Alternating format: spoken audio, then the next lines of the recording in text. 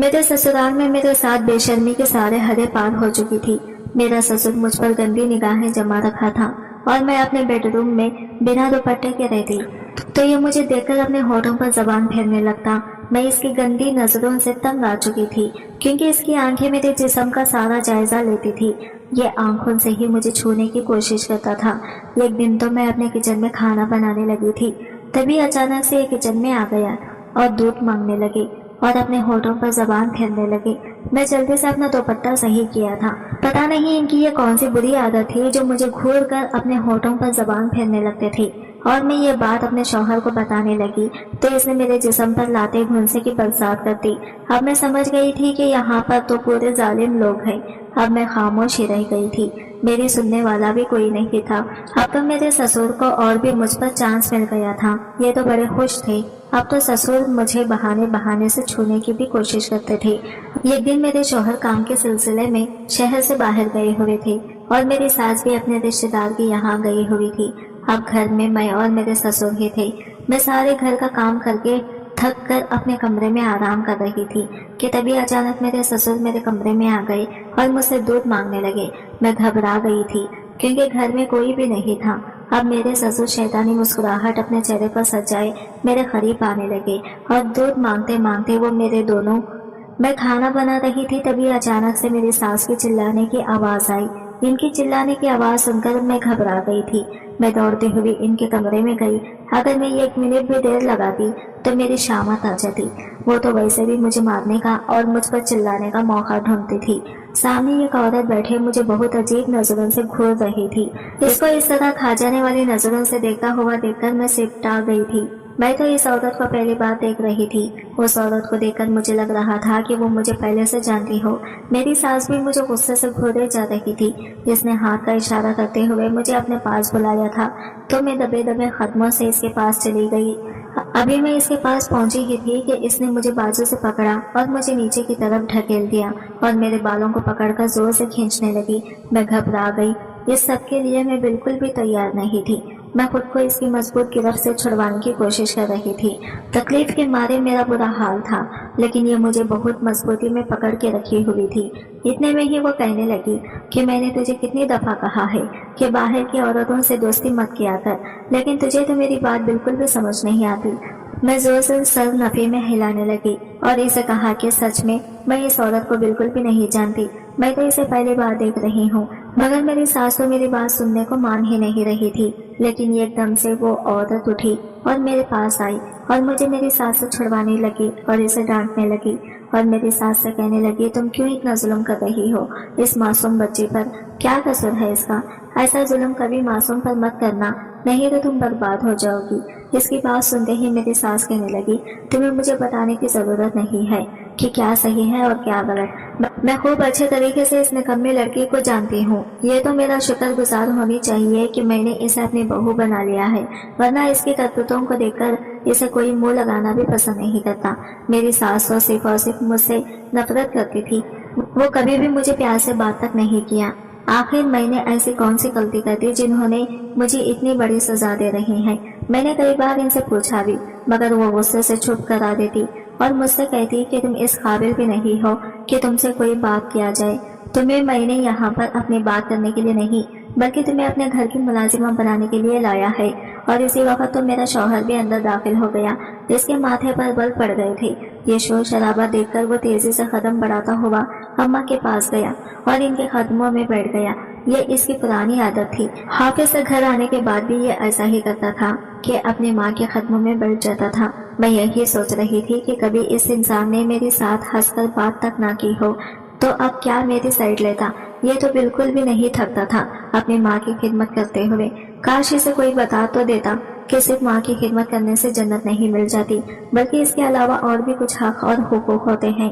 اگر وہ شادی شدہ ہے تو کچھ بیوی کے بھی حقوق ہوتے ہیں جو اس کو ادا کرنے پڑتے ہیں۔ مگر یہ باتیں اگر میں اس کے سامنے کرنے کی جرات کرتی تو وہ میری زبان کھینچ لیتا۔ میں خاموشی اختیار کرنے کے علاوہ کچھ بھی نہیں کر سکتی تھی۔ معمول کے مطابق اس نے ماں کے قدموں میں بیٹھ کر سب سے پہلے ان سے اس دن کا حال پوچھا۔ اس دوران وہ ہم دونوں عورتوں کو مکمل طور پر نظر انداز کر چکا تھا۔